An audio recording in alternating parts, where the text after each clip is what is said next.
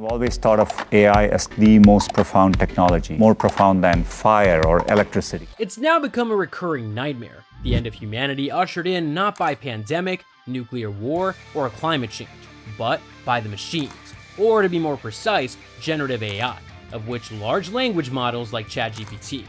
In this video, I'm going to talk to you about AI in the future of humanity. People have feared AI since the very beginning of the computer age in the middle of the 20th century, and this fear has inspired many science fiction classics like Terminator or The Matrix.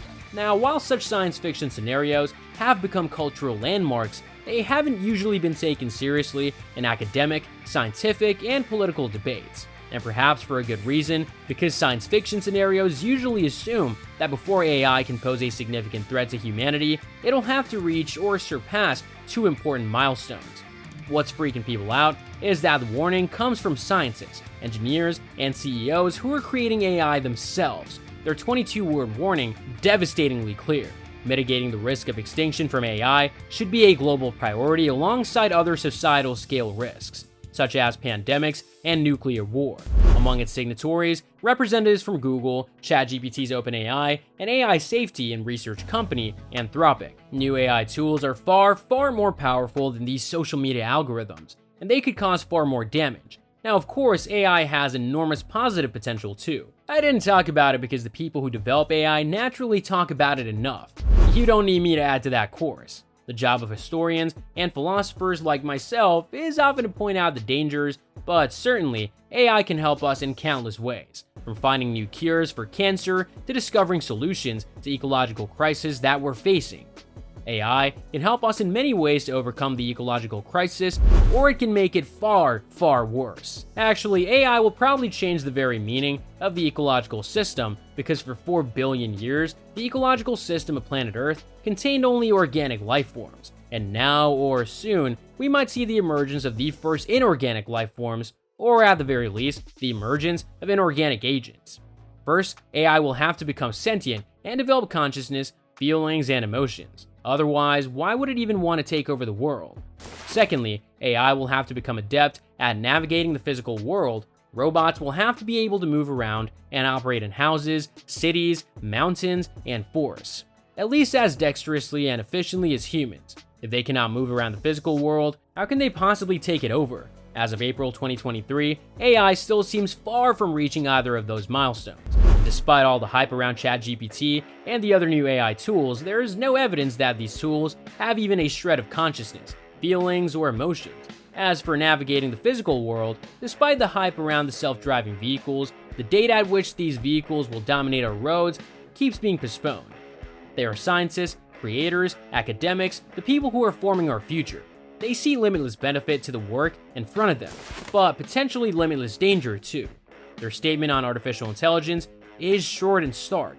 Mitigating the risk of extinction from AI should be a global priority alongside other societal scale risks such as pandemics and nuclear war. It may be absurd, certainly cliché, to reach for science fiction as we wonder what our future might hold, but the question seems to be how much of this could soon be fact.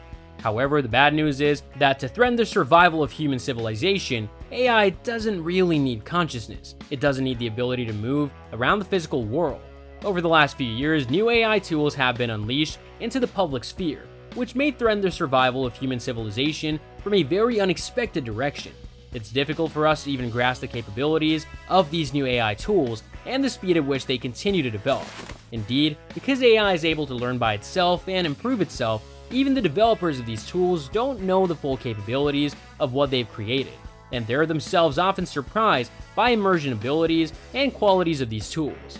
I guess everybody here is already aware of some of the most fundamental abilities of the new AI tools, such as writing text, drawing images, composing music, and writing code. But there are many additional capabilities that are emerging, like deepfaking people's voices and images, drafting bills, finding weaknesses in computer code and legal contracts, and perhaps most importantly, the new AI tools are gaining the ability to develop deep and intimate relationships with human beings.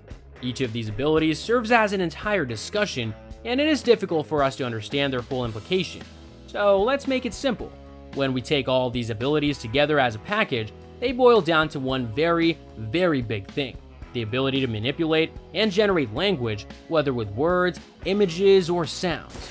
The most important aspect of the current phase of the ongoing AI revolution is that AI is gaining mastery of language at a level that surpasses the average human ability.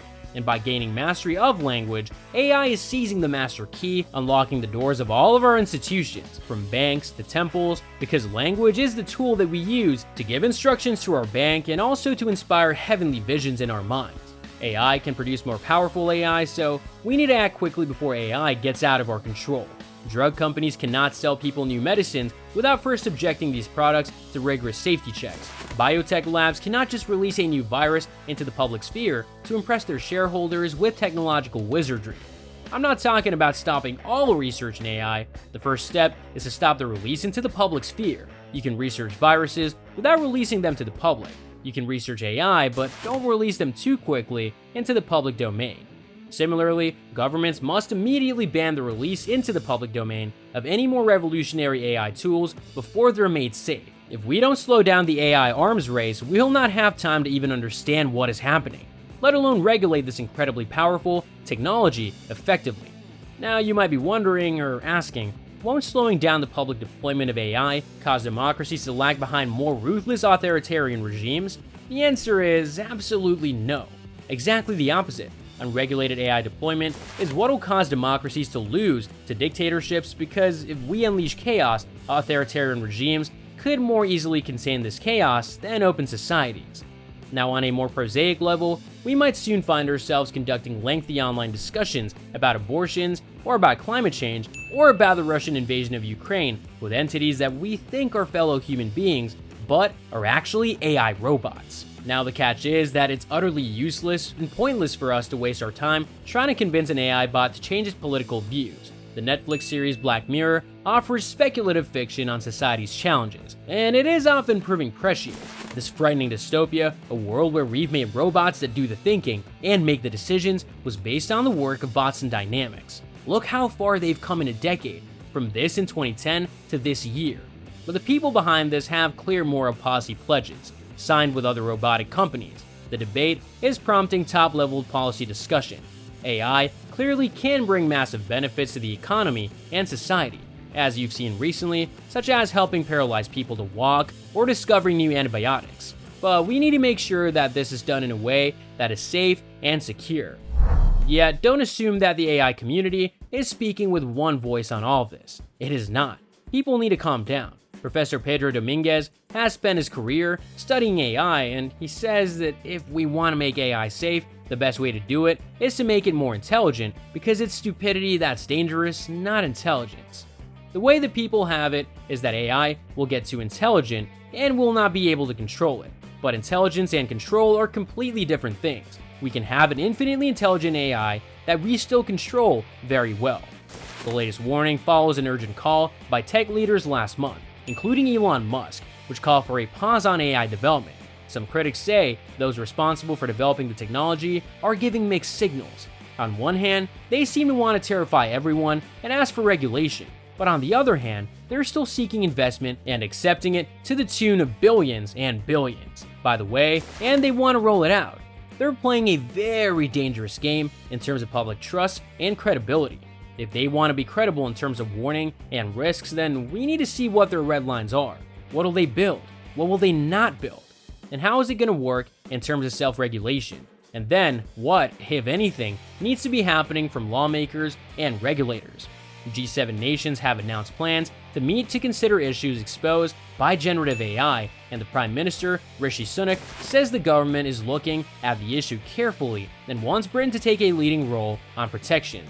I'm hoping that we can bring people together and lead the world in safely regulating AI to make sure that we can capture the benefits of it while protecting people from some of the worrying things that we're now reading about.